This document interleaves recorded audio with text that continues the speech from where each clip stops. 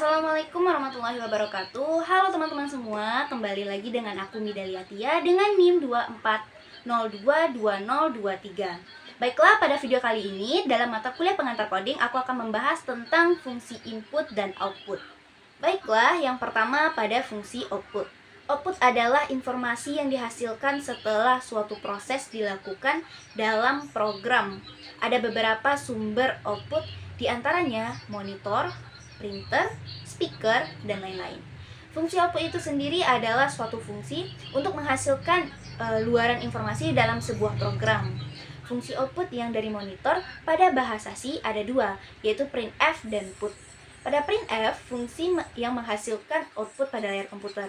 Lalu juga ada format, yaitu model pemformatan tipe data dari output yang akan ditampilkan ke layar komputer.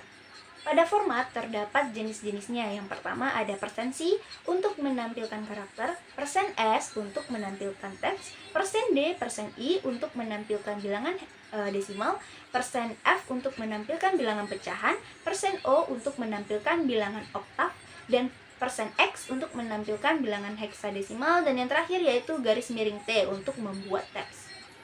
Bahasa C yang kedua pada fungsi output yaitu puts atau putchar adalah fungsi yang menghasilkan output satu karakter pada layar komputer.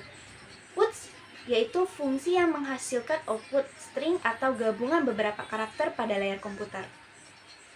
Yang kedua ada fungsi input. Input adalah data yang dimasukkan ke dalam program. Ada beberapa sumber input, yang pertama keyboard, mouse, kamera, mikrofon, dan lain-lain. Fungsi input adalah untuk menerima masukan data dalam sebuah program.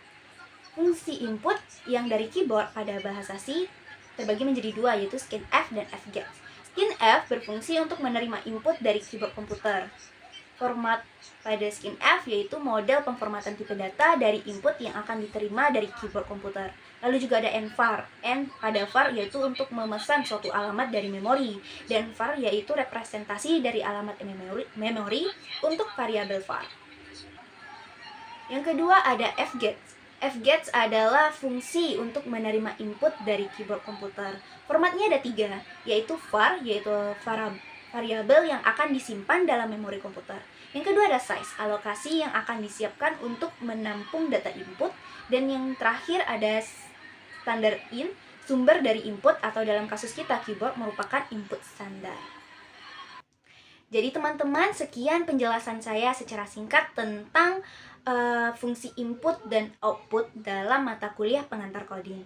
Mohon maaf atas segala kekurangannya dan terima kasih atas segala perhatian. Saya tutup dengan wassalamualaikum warahmatullahi wabarakatuh.